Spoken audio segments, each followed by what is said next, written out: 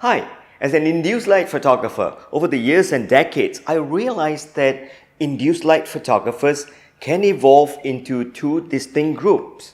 The first one is where the photographer is shooting and the light is between the photographer and the subject, as you can see here. And the other one is where the lights are behind the photographer, which means that he put his flash and the light stand behind him. And this is what today's lesson about. Near light photographer and far light photographer. This course was originally launched on my premium courses on my e-learning website here. Check out the e-learning courses that I have, and also the premium courses that we have is undergoing a promo now, and it's one of the best deal in photography because for just $29 a year, that's a whole year, you get full access to all this content, and every week we are putting in new courses. And it's wide genre of photography, from lighting, photography, composition, you name it, we have it. It's one of the best ways to learn photography is to be an all-aspect, multidisciplinary photographer. Regardless whether you're turning it into an income or shooting for fun, it's good to be good in all aspects of photography. So let's get started. I'm going to start with near light photographer. Number one, if you do near light photography, your light is going to be nearer to the subject. When the light is nearer to the subject like so, your light would appear bigger. So perceivably, they will appear bigger and bigger light. According to the famous 5, it says that big lights, soft light. What do I mean by soft light? Let me show you what happens. Take a look at this photo. You notice there's shadow on one side of the face. So the light is placed further away. When you put the light nearer, you will get shadow too. That's not the point. The point is that if you zoom into the photo and pay attention, you notice that there is no shadow, which I call mid-tone, and then boom, suddenly that shadow. That border of where the tone changes to shadow, that's called the shadow edge. And shadow edge changes dramatically when you use near light photography. The point is this, when the light is nearer to your subject, it will be a softer light, and softer light would have a slower shadow like this.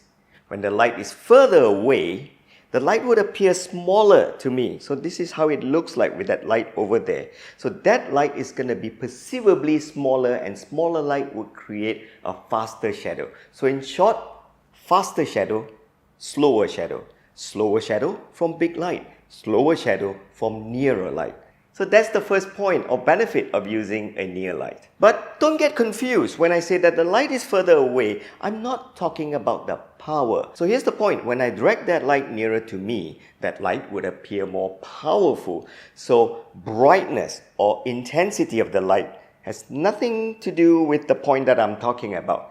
How big or how small that light. So you can have a nearer light, but then you can power it down. So that's how you tame the power. It doesn't mean that when you put the light nearer, it always has to be a more powerful light. So second point, if you're a premium courses subscriber, you notice that we have a lesson that talks about how I love the SB800 Nikon flash, because it has one of the best and most sensitive optical trigger, which means that I can put them near or far, it will trigger. When it sees a spark from my camera, it will fire a flash. But I noticed that the cheaper flash, the modern flashes now are cheaper, more affordable, but then their sensors are not so sensitive. I'm talking about the optical trigger. It doesn't affect if you're using radio trigger. So if I put my flash further away, it's harder to trigger. Well, it makes sense because my camera is pointed to the subject and the light is further away. And most of the time, the sensing cell, the optical trigger, will not be able to see me. So if you're a near light photographer and the flash is between you and the subject, it will trigger most of the time, which means that you will save trigger money. That means you don't need to buy radio triggers. You can just use optical trigger. And here's an additional point. You can have your trigger, the sensor, facing you. That way it will trigger most of the time. One of my favorite points of having near light, the light nearer to the subject, is that I will never accidentally cross and stand in between the light and causing a shadow on my subject. So it's one of the most intuitive way of working. No shadow casted because of you. Near light would make shadow appear easier. What do I mean by easier? Okay, imagine that you have a subject and then I put a softbox on the subject's right hand side. And then I put this softbox very near the subject. You notice that this softbox will appear bigger, but then there's a lot of wasted space. See what I mean? The cone of the light is wasted when it's nearer to me.